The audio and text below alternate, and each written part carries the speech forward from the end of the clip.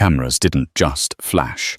They erupted like a lightning storm, blinding everyone standing on the red carpet of the Met Gala. Grant stood frozen, his hand slipping from his mistress's waist as the air left his lungs. A hush fell over the crowd, silencing even the most aggressive paparazzi.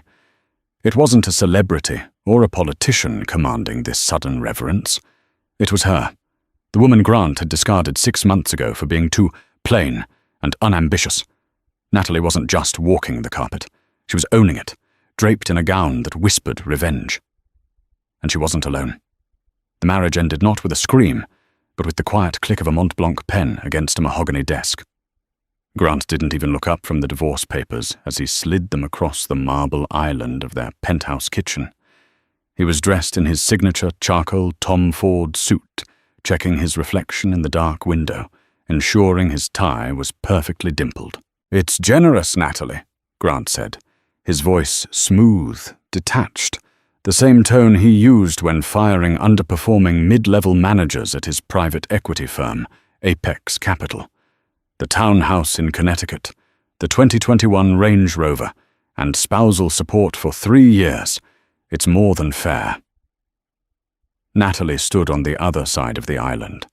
She was wearing a faded, oversized t-shirt and leggings, her hair pulled back in a messy bun that hadn't been touched up since she dropped their dry cleaning off that morning. She looked tired. She always looked tired these days.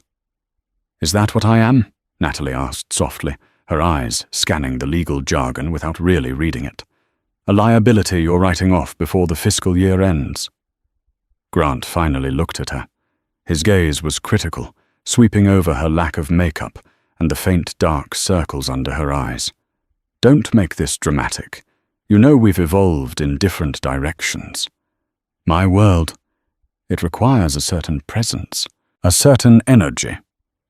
And Chloe has that energy?" Grant didn't flinch at the name. "Chloe understands the industry.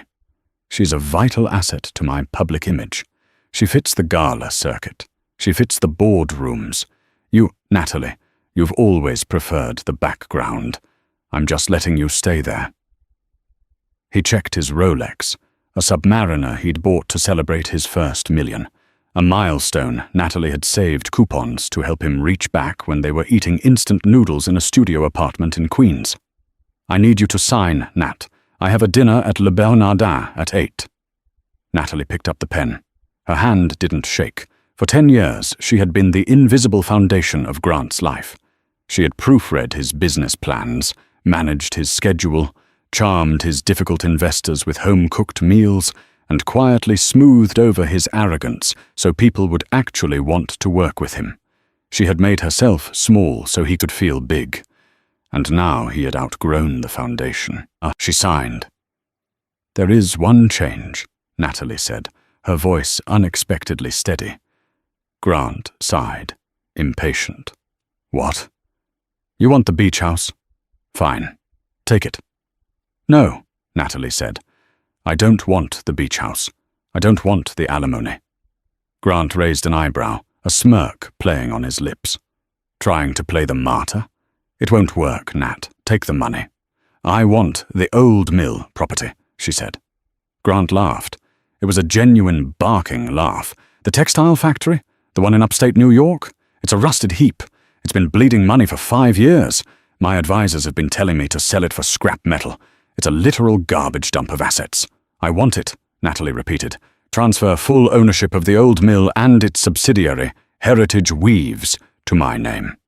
In exchange, I waive all spousal support and claim no ownership of Apex Capital." Grant looked at her as if she had lost her mind. The old mill was a tax write-off, a sentimental purchase he'd made years ago, thinking he'd turn it into lofts before realizing the zoning laws were a nightmare.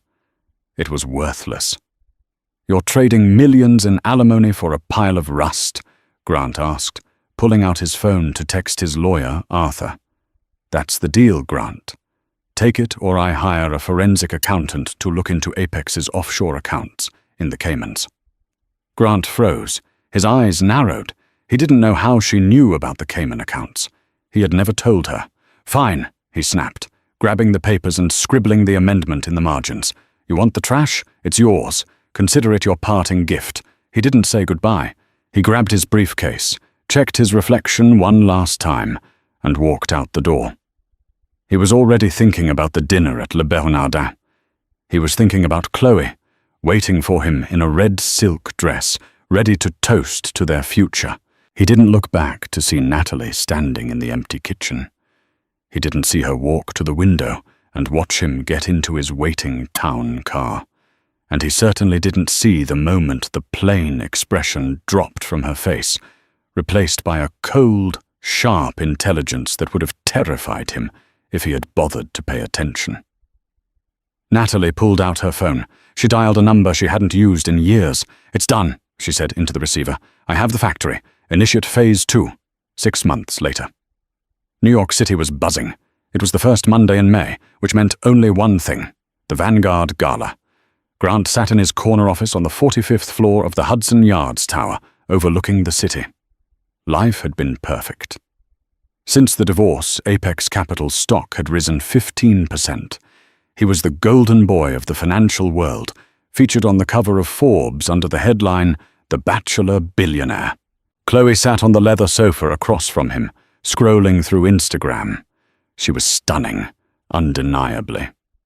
Blonde, leggy, and possessing a laugh that sounded like wind chimes, a laugh she practiced in the mirror. "Grant, baby," she cooed, holding up her phone. "Everyone is talking about the guest list for tonight. They say there's a mystery guest, someone who just bought the majority stake in the LVMH supply chain. Probably some Saudi prince or a tech kid from Silicon Valley," Grant dismissed, adjusting his diamond cufflinks. "Doesn't matter. Tonight is about us. We're seated at the head table with the senator and the CEO of Chase." Chloe stood up and twirled. She was wearing a custom-made emerald gown that had cost more than Grant's first car. It was low-cut, high-slit, and screamed, "New money." "Do I look like the future Mrs. CEO?" she asked, batting her eyelashes. "You look like a trophy," Grant said, meaning it as a compliment. He walked over and kissed her cheek. "This is our debut, Chloe. The first time we walk the carpet as an official couple. No more sneaking around. We are the power couple of New York." He checked his email one last time. There was a notification from his lawyer, Arthur. Subject: the mill property. Body: Grant. Just a heads up. Tried to send a surveyor to that old factory in upstate to see if we could buy back a piece of the land for that server farm project. Security wouldn't let them in. High-grade perimeter fences. Military grade. What is your ex doing up there? Grant frowned and deleted the email. "Who cares?" he muttered. "She's probably hoarding cats and knitting scarves." He hadn't spoken to Natalie in 6 months. He assumed she had moved back to her parents' small house in Ohio, defeated and broken. He liked that image. It made him feel powerful. "Ready to go?" Grant asked, offering his arm to Chloe. "Born ready," she beamed.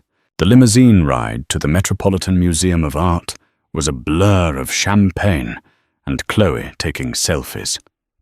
When they arrived, the chaos was palpable. The red carpet was a sea of velvet ropes, screaming fans, and blinding flashes. Grant stepped out first, buttoning his jacket. The cameras clicked, a familiar rhythmic sound. He turned and helped Chloe out. The paparazzi went wild, shouting his name. "Grant! Grant! Over here!" "Who are you wearing?" "Is this the engagement?" He waved, flashing his practiced smile. He felt invincible. He guided Chloe up the famous steps, pausing at the designated spots for photos. He whispered in her ear, "See, we own this city." They reached the top of the stairs, where the reporters from Vogue and Vanity Fair were conducting interviews. Grant prepared his sound bites. But then the atmosphere shifted. It started as a ripple near the street. The screaming fans suddenly went quiet, then erupted into a different kind of noise, a roar of shock and awe. The photographers at the bottom of the stairs turned their backs on Grant and Chloe, their lenses swinging toward the arrival point. "What's happening?" Chloe snapped. annoyed that the attention had drifted. Grant craned his neck. A sleek, matte black Phantom Rolls-Royce had pulled up. It didn't have a license plate, just a silver crest on the bumper. The driver, a man who looked more like a Secret Service agent than a chauffeur, stepped out and opened the back door. First, a pair of heels hit the red carpet. They weren't the standard Louboutins everyone else was wearing. They were structured, architectural, glittering with black diamonds. Then the woman emerged. Grant blinked. He squinted. She was wearing a dress that defied physics. It was a liquid silver material that seemed to ripple like mercury over her skin, high-necked but backless, with a train that flowed like oil. Her hair, usually a messy brown bun, was now a sleek platinum bob that caught the light like a blade. Her makeup was sharp, accentuating high cheekbones he didn't remember her having. She looked dangerous. She looked expensive. She looked like a queen walking among peasants. "Who is that?" Chloe whispered, her voice trembling with jealousy. The crowd parted. The woman began to ascend the stairs. She didn't smile. She didn't wave. She walked with a predator's grace, her eyes locked on the entrance. As she got closer, the realization hit Grant like a physical blow to the stomach. Shape of the eyes, the curve of the jaw. "No," he whispered, the color draining from his face. "It can't be." The reporters thrust their microphones toward her. Ma'am, who are you wearing?" The woman paused, just 3 steps below Grant and Chloe. She looked up, her eyes, cold and blue, locked onto Grant's. There was no warmth, no recognition of their 10 years together. Just the look a human gives an ant before stepping on it. "I'm wearing heritage," she said, her voice husky and confident, projected perfectly for the cameras. "Natalie?" Grant choked out, his voice cracking. She didn't answer him. She didn't even acknowledge he had spoken. She simply shifted her gaze to Chloe, looked her up and down for a fraction of a second, and gave a tiny, pitying smirk. Then a man stepped up beside her. It was Harrison Thorne, the elusive billionaire owner of the Orion Tech Group, Grant's biggest competitor, and a man Grant had been trying to get a meeting with for 3 years. Harrison placed a hand on Natalie's lower back. "Shall we, darling?" "We shall," Natalie said. And together they walked past Grant and Chloe, leaving the power couple standing in the dust, their mouths hanging open as the world's cameras turned away from them to follow the new Queen of New York. The interior of the Metropolitan Museum of Art had been transformed into a dreamscape of gold leaf and white roses, a setting designed to make the wealthy feel like gods. But for Grant, the air inside the Temple of Dendur felt thin, suffocatingly tight against his chest. He walked mechanically, Chloe clutching his biceps so hard her perfectly manicured nails were digging into his tuxedo jacket. The flashbulbs were gone, but something worse had replaced them: the eyes of his peers. In the high-stakes world of New York private equity, information traveled faster than light. By the time Grant and Chloe reached the cocktail reception, the Whisper Network had already done its work. He could see it in the way people looked at him, glances that darted away the moment he made eye contact. He saw Arthur, his lawyer, frantically typing on his phone in the corner, looking pale. "Grant, there you are!" Chloe chirped, seemingly oblivious to the tension. She smoothed her emerald dress, desperate to be seen. "We need to find our table. I want to be seated before the opening remarks. I heard we're next to the senator." Grant nodded stiffly, scanning the room. He wasn't looking for their table. He was looking for her. He found her near the Egyptian sandstone temple, standing in the center of a circle that included the CEO of Goldman Sachs, a famous French actress, and, inexplicably, the governor of New York. Natalie was laughing, not the polite, stifled chuckle she used to give at his business dinners, but a full, throaty sound that drew people in. Harrison Thorne stood at her side, playing the role of dutiful consort, holding her glass of vintage Bollinger while she animatedly told a story. She's holding court," Grant whispered, the reality of it unable to sink in. "She doesn't even know these people." She's probably embarrassing herself, Chloe sneered, though her voice wavered. Look at that dress. It's too much. It's trying too hard. Everyone is probably laughing at her. But they weren't laughing. They were captivated. Grant watched as the CEO of LVMH, a man Grant had been trying to get a golf game with for 2 years, leaned in and touched the fabric of Natalie's sleeve with a look of reverence. Natalie nodded, said something, and handed him a business card, a sleek, black metal card that caught the light. "Come on," Grant snapped, grabbing Chloe's elbow. "Let's get to our seats. The head table is this way." He marched them toward the front of the room, toward table 1, the seat of power. He needed to sit down. He needed the validation of his placement to remind everyone, and himself, that he was still the king of this jungle. He reached table 1. He saw the place cards. Harrison Thorne. Natalie V. He froze. "Excuse me," Grant said, grabbing a passing event coordinator by the arm. "There's been a mistake. I'm Grant Miller, Apex Capital. This is my table." The coordinator, a young woman with a headset and a clipboard, looked at him with a mix of pity and professional detachment. She tapped her iPad. "Mr. Miller." "Ah, yes. There was a last-minute adjustment to the seating chart this afternoon." "Adjustment?" Grant's voice rose an octave. "I paid $50,000 for this plate." "Yes, sir, and we appreciate your donation. You've been moved to table 47. "Table 47? Chloe squeaked. "Where is that?" The coordinator pointed toward the back of the room, near the kitchen doors and the restrooms. "It's in the overflow section, beneath the gallery overhang."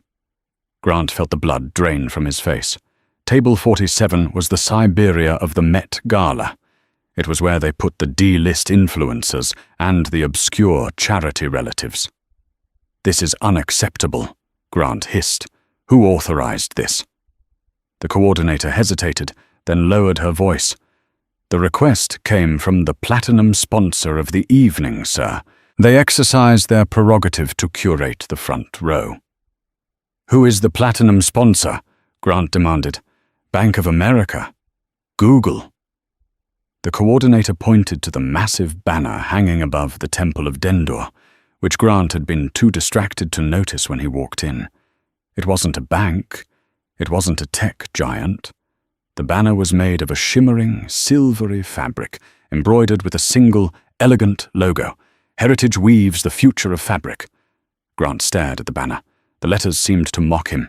Heritage weaves, the pile of rust subsidiary of the old mill, the garbage asset he had thrown at Natalie to get her to sign the divorce papers faster. "Grant," Chloe whined, tugging on his arm. "People are staring.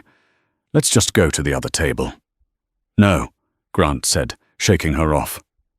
The shock was hardening into anger, a cold, arrogant fury.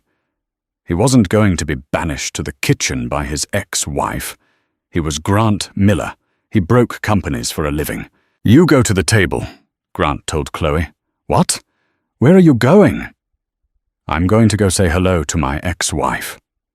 Grant buttoned his jacket, fixed his cuffs, and marched straight into the lion's den. He cut through the crowd, ignoring the whispers.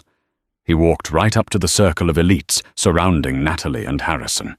"Natalie," he said, his voice loud enough to silence the immediate conversation. The group turned. The governor looked annoyed at the interruption. Harrison Thorne looked amused. Natalie turned slowly. Up close, she was even more breathtaking. The plain woman who used to wear yoga pants and oversized sweaters was gone.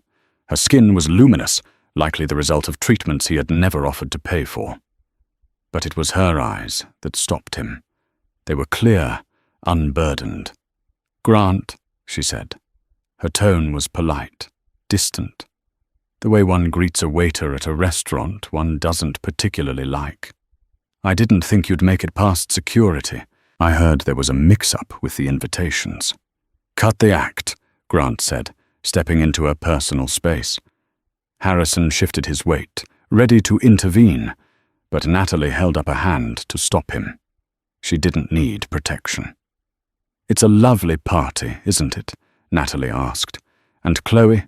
Did she enjoy the red carpet? I saw she wore the emerald silk. A brave choice. That shade is so 2018. A few people in the circle chuckled. What is this, Nat? Grant gestured to the banner above them. Heritage Weaves, platinum sponsor. You're spending the little money I gave you on a vanity project to try and embarrass me? The circle went deadly silent. Accusing a sponsor of being a vanity project in front of the press and industry titans was social suicide. Natalie smiled. It was a shark's smile. The money you gave me? She repeated softly. Grant, the sponsorship fee for tonight was $5 million. The settlement you gave me was barely enough to cover the property taxes on the mill for 6 months. Then where did the money come from? Grant demanded. Who is bankrolling you? Is it him? He jabbed a finger at Harrison. Did you sleep your way to a sponsorship? The gasps were audible. Harrison stepped forward, his face darkening, but Natalie laughed. A genuine, delighted laugh. Oh, Grant, you always did underestimate the value of things you couldn't understand. She took a step closer to him, lowering her voice so only he and the immediate circle could hear. You didn't give me money, Grant. You gave me the patent. Grant blinked. What patent? The mill makes wool blankets. The mill made wool blankets in 1990, Natalie corrected. When you bought it 10 years ago, you didn't read the acquisition filing, did you? You never read the fine print. Included in the assets was a dormant patent for a biosynthetic polymer weaving technique. A technique that required a specific type of loom that only the old mill possesses. She smoothed the liquid silver dress over her hip. This isn't silk, Grant. This is Aegis thread. It's bulletproof, fire-resistant, conductive, and lighter than cotton, and I'm the only person in the world who can manufacture it. Grant stared at the dress. He looked at the banner. And do you know who just signed a 10-year exclusive contract to use Aegis thread for their next generation of wearable tech and military contracting? Natalie asked, her eyes locking with his. She gestured to Harrison Thorne. Orion Tech, Harrison said, his voice deep and satisfied. The contract is valued at $400 million. Initial public offering is next quarter. Grant felt the room spin. $400 million. He had given it away. He had literally handed her a $500 million company because he was in a rush to get to a dinner at Le Bernardin. So, Natalie said, picking up her glass of champagne, I didn't sleep my way here, Grant. I bought the building. Now, if you'll excuse us, the governor was just asking me about the job creation initiatives in upstate. Enjoy table 47. I hear the bread rolls are fresh. She turned her back on him. The circle closed around her, completely cutting Grant out. He stood there, alone in the center of the room, as the realization of his catastrophic failure crashed down on him. Grant stumbled away from the group, his vision blurring. He needed a drink. He needed a lawyer. He needed to strangle someone. He found the bar and ordered a double scotch, ignoring the bartender's judgmental look. He downed it in one gulp. His mind was racing. $400 million. He had to get it back. There had to be a way. He was Grant Miller. He negotiated hostile takeovers for breakfast. She was Natalie. She was the woman who cried during Kodak commercials. She couldn't possibly manage a company of that size. She was a figurehead. Harrison Thorne was likely manipulating her. Grant! Chloe appeared at his side, looking frantic. Her mascara was slightly smudged. I can't sit there. It's right next to the kitchen. The waiters keep bumping my chair, and the lighting is terrible for selfies. Shut up, Chloe, Grant snapped.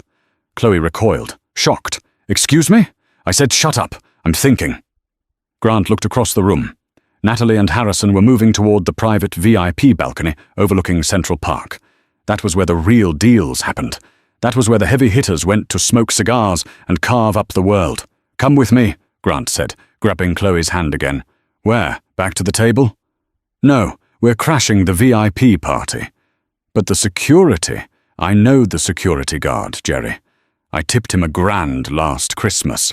Grant dragged Chloe through the crowd. maneuvering toward the velvet-roped staircase leading to the balcony. As he predicted, Jerry was at the door. Grant slipped a $100 bill into Jerry's palm, all the cash he had on him, and winked. Jerry hesitated, then stepped aside. Grant burst onto the balcony. The cool night air of New York hit him. The balcony was sparsely populated, a few billionaires, a famous director, and in the corner, leaning against the stone railing, were Natalie and Harrison. They weren't kissing. They weren't flirting. They were looking at a tablet. "The Asian market is key," Natalie was saying, her voice sharp and professional. "If we launch the athletic line before the military contract goes public, we capture the consumer sector first." "Agreed," Harrison replied. "I'll have my team in Tokyo prep the launch." "Grant, don't," Chloe whispered, sensing the danger. Grant ignored her. He strode across the balcony. "It's fraud," Grant announced. Natalie and Harrison looked up. Natalie didn't look surprised. She looked bored. "Hello again, Grant. Stalking is a bad look for you?" "It's fraud," Grant repeated, pointing a finger at her. "You misled me during the divorce settlement. You knew the value of the mill and you concealed it. That's material non-disclosure. I can have the settlement overturned. I can take half of Heritage Weaves. Hell, I can take it all." Natalie handed the tablet to Harrison and folded her arms. The wind whipped the silver dress around her legs, making her look like a statue of justice. "I concealed nothing," Natalie said calmly. "The patent was listed in the assets register of the old mill, which was provided to your legal team 3 times. The patent number was US 88,420B. It was right there, on page 402 of the disclosure packet." She took a step closer. "You didn't read it. Arthur didn't read it. You were too busy hiding your assets in the Cayman Islands to bother looking at what you were giving away." Grant froze. "I don't have assets in the Caymans." "Oh, Grant, please." Natalie sighed. "During the divorce, I hired a forensic accountant. We found the shell companies, Blue Horizon Holdings, Vertex LLC. We found the $3 million you siphoned off Apex accounts to buy this one a condo in Miami." She nodded toward Chloe. Chloe gasped. "You told me you bought that condo with your bonus." "He stole it from his investors," Natalie said casually. "I have the bank transfers, Grant. I have the IP logs. I didn't use them during the divorce because I just wanted out. I wanted the mill, and I wanted peace. But if you try to sue me for Heritage Weaves, if you try to claim one thread of this company—" She leaned in, her voice dropping to a whisper that was colder than the wind off the Hudson River. "I will send that file to the SEC. I will send it to the FBI. And I will send it to every single one of your investors. You won't just lose your company, Grant. You will go to federal prison." Grant opened his mouth, but no sound came out. He was checkmated, totally and completely. But I made you," he stammered, grasping for any shred of superiority. "I gave you the life you had. You were nothing before me." Natalie laughed again, but this time it was sad. "Grant, I was the one who told you to buy into Tesla in 2012. I was the one who edited your speeches so you didn't sound like a robot. I was the one who remembered your partner's wives' birthdays. I wasn't nothing. I was the fuel. You just treated me like the exhaust." She turned to Harrison. "I'm bored, and I have a board meeting at 8 a.m. Shall we go?" "We shall," Harrison said, offering his arm. As they walked past, Chloe, who had been silent, suddenly lunged forward. She couldn't stand it. She couldn't stand being the loser. "It's just a dress." "Oh!" Chloe shrieked, grabbing a glass of red wine from a passing waiter's tray. "Let's see how special it is." She threw the wine. It happened in slow motion. The dark red liquid arced through the air, aimed perfectly at Natalie's silver chest. Grant closed his eyes. This was it. A catfight. A scandal. At least Natalie would be humiliated.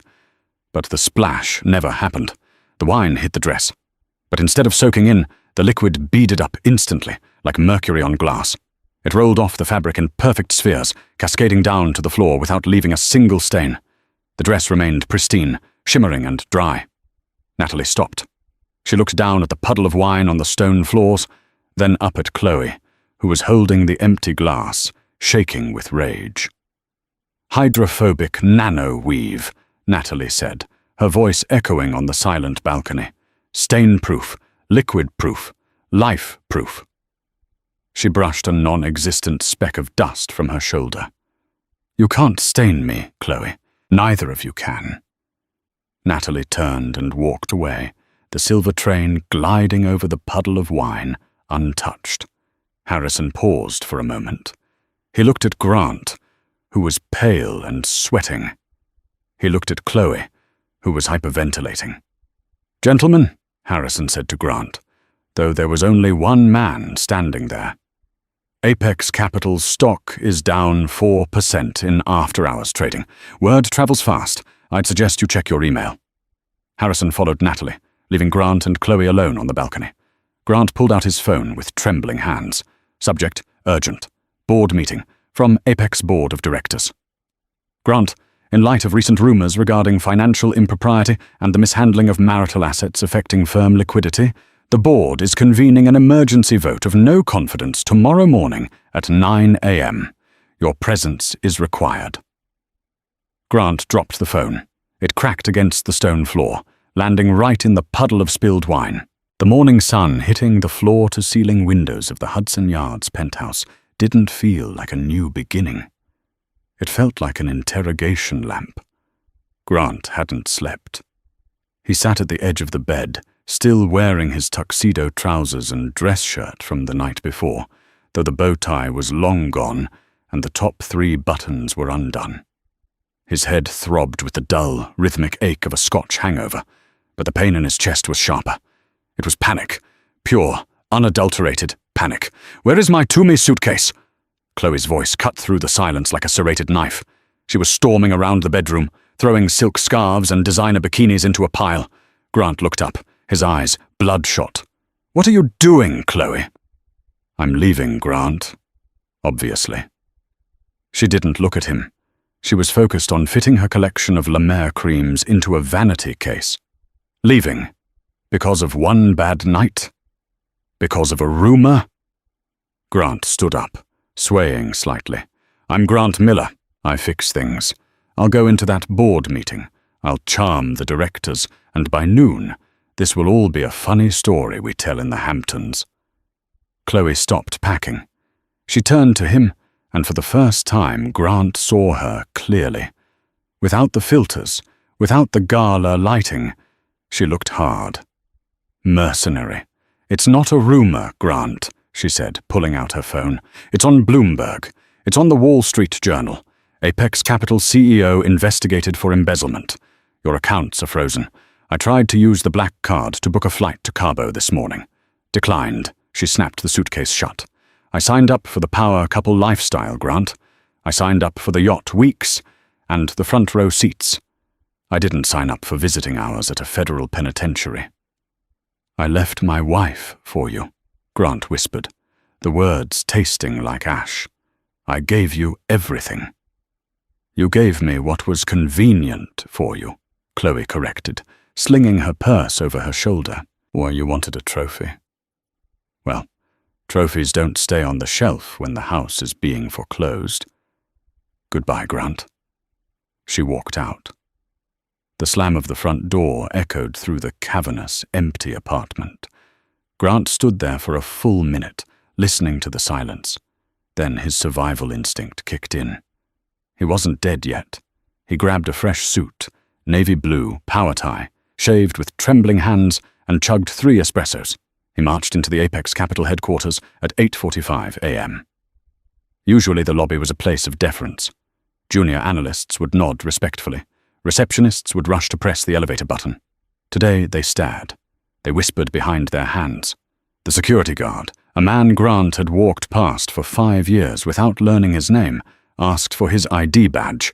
"I'm the CEO," Grant snapped. "Board orders, sir. All badges must be scanned." Grant swiped his badge. It flashed red. Access denied. The guard looked uncomfortable. "I have to escort you to the conference room, sir." The walk of shame to the boardroom was the longest walk of Grant's life. When the mahogany doors opened, the air in the room was so cold it could have preserved a mammoth. 12 men and women sat around the oval table.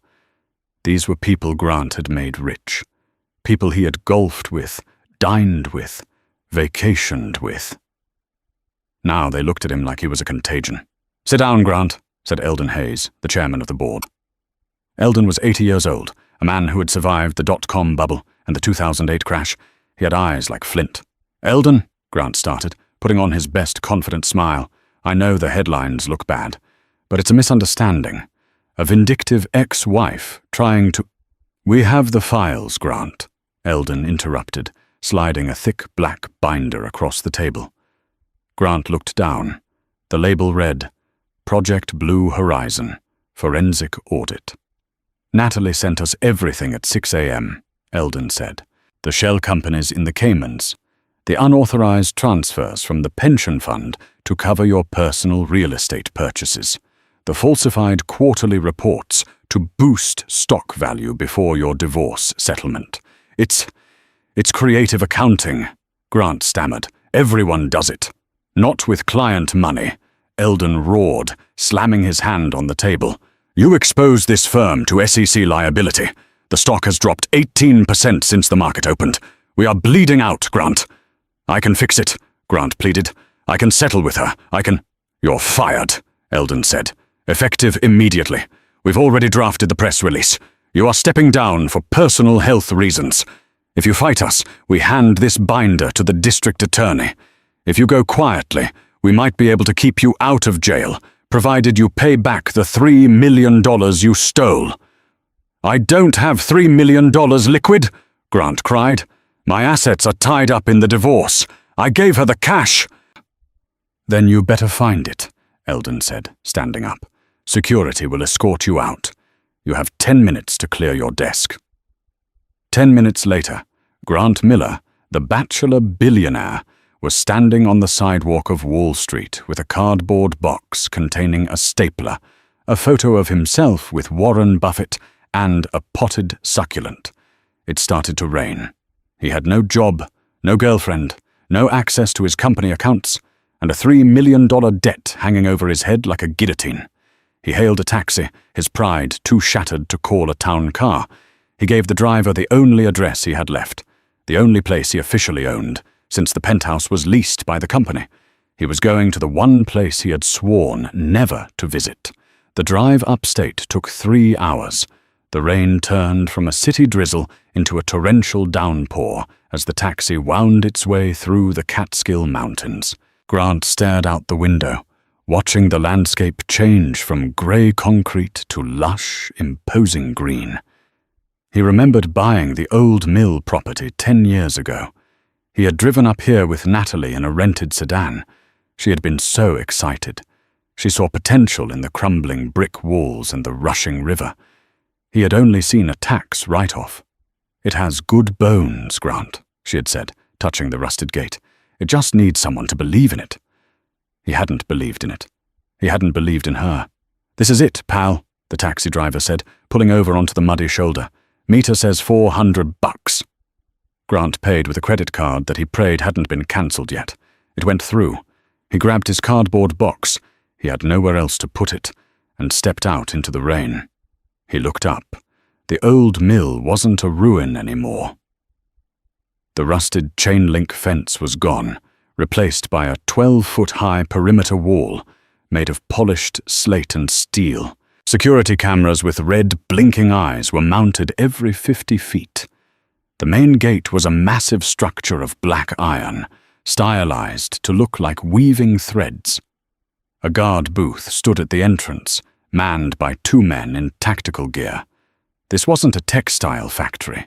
It looked like a data center for the CIA. Grant walked up to the booth, soaked to the bone, holding his box. "I'm here to see Natalie Miller," Grant shouted over the rain. The guard slid open the glass window. He didn't look impressed. "Name?" "Grant Miller. I'm her ex-husband." The guard looked at a tablet. "Not on the list." "Call her," Grant demanded, summoning the last dregs of his CEO voice. "Tell her I know about the Caymans. Tell her I'm here to negotiate a truce." The guard hesitated, then pressed a button on his earpiece. He murmured something low. A pause. Then he looked back at Grant. "Miss V is in a meeting, but the Director of Operations will see you. Step through the scanner." "Yes." The gate buzzed and unlocked. Grant walked through, the heavy iron clanging shut behind him. The grounds were immaculate. The old brick factory buildings had been restored, their large industrial windows glowing with warm amber light. But between the old buildings were new, sleek glass structures, humming with the sound of servers and machinery. Drones zipped overhead, carrying spools of shimmering silver thread between buildings. It was a hive of industry, a fortress of innovation. A golf cart pulled up, driven by another silent security guard. "Get in." They drove to the main building, the original mill. Grant was led through heavy oak doors into a lobby that smelled of cedar and expensive coffee. The walls were lined with framed patents and awards. Innovator of the Year, Department of Defense Excellence Award. Grant felt smaller with every step. "Mr. Wilder is waiting for you in the weaving floor," the receptionist said. "Wilder?" Grant asked. "Who is Wilder?" "Director of Operations." Grant was led down a long corridor. The sound of machinery grew louder, a rhythmic, hypnotic thrumming. Thump hiss, thump hiss. It sounded like a heartbeat. The doors at the end of the hall opened, and Grant stepped onto a catwalk overlooking the factory floor. His breath caught in his throat. Below him were hundreds of looms, but not the wooden ones of the past. These were chrome and glass beasts, moving with terrifying speed. Lasers danced over the fabric they were weaving, the aegis thread. It shimmered like a river of diamonds flowing through the machines. Standing at the end of the catwalk, leaning against a railing and looking down at the production line was a man. He was tall, broad-shouldered, wearing a fitted flannel shirt with the sleeves rolled up to reveal forearms thick with muscle. He wore dark jeans and work boots that looked like they had seen actual mud. He wore a cowboy hat, not as a costume, but as a piece of him. He turned as Grant approached. He had a square jaw covered in a few days of scruff and eyes the color of cold steel. He looked like the kind of man who built houses with his bare hands and broke horses for fun. "You've got some nerve showing up here, Miller," the man said. His voice was a deep, gravelly drawl. Western, unrefined, yet commanding. "I'm here to see Natalie," Grant said, clutching his wet cardboard box. "Who are you? Her bodyguard?" The man chuckled. He pushed his hat back slightly. "I'm Wilder," he said. "Boone Wilder. I run this place. Natalie dreams it up. I make sure it gets built." "Boone Wilder," Grant repeated. The name sounded familiar. "Wait, Wilder, you're the rancher? The one who developed the biopolymer feed for the sheep?" "That's right," Wilder said. "Natalie found me in Montana 3 years ago. I was about to lose my family ranch. She saw that my wool had a unique protein structure because of the feed I invented. She didn't try to buy me out. She didn't try to steal it. She offered me a partnership." Wilder took a step closer, towering over Grant. "She invested in me when I was nothing. Just like she invested in you." Grant flinched. "I need to talk to her," Grant said, his voice shaking. I'm in trouble, Wilder. The board fired me. They want $3 million, or they send me to jail. I need her to retract the file. I need a loan. Anything." Wilder looked at him with disgust. "You come into her house after parading your mistress around the Met Gala, after treating Natalie like furniture for a decade, and you ask for money. I built this," Grant shouted, gesturing vaguely at the building. "I bought this property. Without me, none of this exists." "You bought a carcass," Wilder spat. "Natalie breathed life into it. You know what she did while you were out having business dinners with Chloe? She was up here, sleeping on a cot in the office, fixing pipes, learning chemistry. She worked 18-hour days to make Heritage Weaves real. She did it to prove to herself that she wasn't the useless housewife you made her feel like." Wilder turned back to the railing, looking down at the gleaming machines. We'd just secured the Orion contract. We're about to change the world, and you're standing here with a box of office supplies, soaking wet, begging for scraps. I'll sue, Grant threatened, though it sounded hollow. I still have rights to the marital assets. No, you don't, a voice came from behind them. Grant spun around. Natalie stood in the doorway of the catwalk. She wasn't wearing the silver gown anymore. She was wearing a white lab coat over a simple black turtleneck and jeans. Her hair was pulled back in a practical ponytail. She held a clipboard. She looked more beautiful than she had at the gala. She looked powerful. Grant, she said coolly. Wilder, is he bothering the production schedule? Just a minor pest control issue, boss, Wilder said, a warmth entering his voice that Grant had never heard directed at himself. Natalie, Grant pleaded, dropping the box. It hit the metal grating with a thud. Please, they're going to arrest me. You can't let that happen. We were married for 10 years. Natalie walked over to him. She stopped 3 feet away, maintaining a sanitary distance. 10 years, she repeated. I remember. I remember asking you to look at my business plan for the mill 3 years ago. Do you remember what you said? Grant swallowed hard. He remembered. He had been watching a football game. He hadn't even looked at the paper. Don't bother your pretty little head with business, Nat. Stick to the charity auctions. He couldn't say it. You told me I wasn't cut out for the big leagues, Natalie said. You told me I lacked the killer instinct. She reached into the pocket of her lab coat and pulled out a checkbook. Grant's heart leapt. She was going to help him. She still cared. Natalie uncapped a pen. She wrote quickly, tore the check out, and held it up. Here, she said. Grant reached for it, his hands trembling with relief. Thank you, Nat. I knew you. He looked at the check. It was made out to Grant Miller. The amount was $10. What is this? Grant asked, staring at the paper. It's cab fare to the bus station, Natalie said, and it's a refund for the advice you gave me. She turned to Wilder. Show him out, Boone. We have a shipment to certify. No, Grant lunged forward. You can't do this. I am Grant Miller. Wilder stepped in, blocking Grant's path with a chest like a brick wall. He didn't hit Grant. He didn't have to. He just looked at him. You were Grant Miller, Wilder said softly. Now, you're just a trespasser. Wilder grabbed Grant's arm, a grip like iron, and marched him back down the catwalk, away from the warmth, away from the light, back toward the rain-soaked world he had created for himself. As Grant was dragged away, he looked back one last time. Natalie hadn't watched him leave. She was already leaning over the railing next to Wilder's empty spot, examining the thread, her mind already on the future, a future that didn't include him. 6 months later, the view from the Otisville Federal Correctional Facility was nothing like the view from Hudson Yards. Instead of the skyline, Grant stared at a chain-link fence, one that wasn't made of high-tech Aegis thread, but simple, rusting steel. Grant sat in the common room, clutching a plastic cup of lukewarm coffee. It was his turn to mop the floors, a task he performed with the same meticulous, brooding intensity he once applied to board meetings.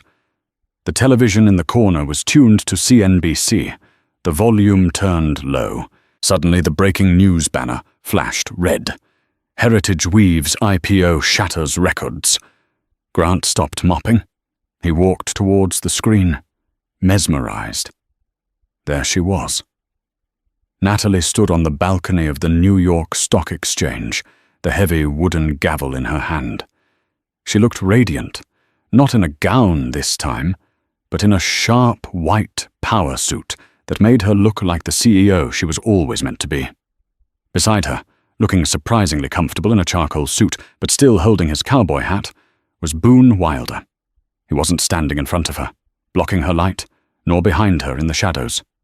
He stood right beside her, his hand resting gently, protectively, on the small of her back. The look they shared before she rang the bell wasn't about business. It was pure, unadulterated partnership. The reporter's voice cut through the static of the prison rec room. Natalie Miller, dubbed the Steel Weaver, has officially become the wealthiest self-made woman in the tri-state area. When asked about her meteoric rise, she had this to say. The camera zoomed in on Natalie. She smiled, looking directly into the lens. To Grant, it felt like she was looking right through the bars. I spent a long time trying to fit into a mold that was too small for me, Natalie said, her voice steady. I realized that you can't build a skyscraper on a cracked foundation. Sometimes you have to tear it all down to build something that lasts. The screen cut to a commercial, but the knife twisted deeper a moment later. A side banner appeared promoting a new tell-all book, The Billionaire's Blunder, written by Chloe. She wasn't waiting for Grant. She was selling him out for 15 minutes of fame on a morning talk show. Grant turned off the TV. The screen went black, reflecting his gaunt, tired face. He picked up his mop. He had spent 10 years believing he was the artist, and Natalie was just the canvas. He finally understood the truth. He was just the frame, and a cheap, fragile one at that. She had always been the masterpiece. And that is the story of how Grant learned the hard way that you should never mistake silence for weakness or kindness for stupidity. He threw away a diamond to pick up a piece of glass, and in the end, he was left with nothing but cuts on his hands. What did you think of Natalie's revenge? Was it too harsh, or did Grant get exactly what he deserved? I personally loved the moment with the wine on the balcony. Talk about a mic drop. If you enjoyed this story of karma, betrayal, and sweet success, please hit that like button. It really helps the channel grow. Don't forget to share this video with someone who needs a reminder of their own worth, and subscribe so you never miss a daily dose of drama. Let me know in the comments, would you have given Grant the $10 for the bus? I'll see you in the next story.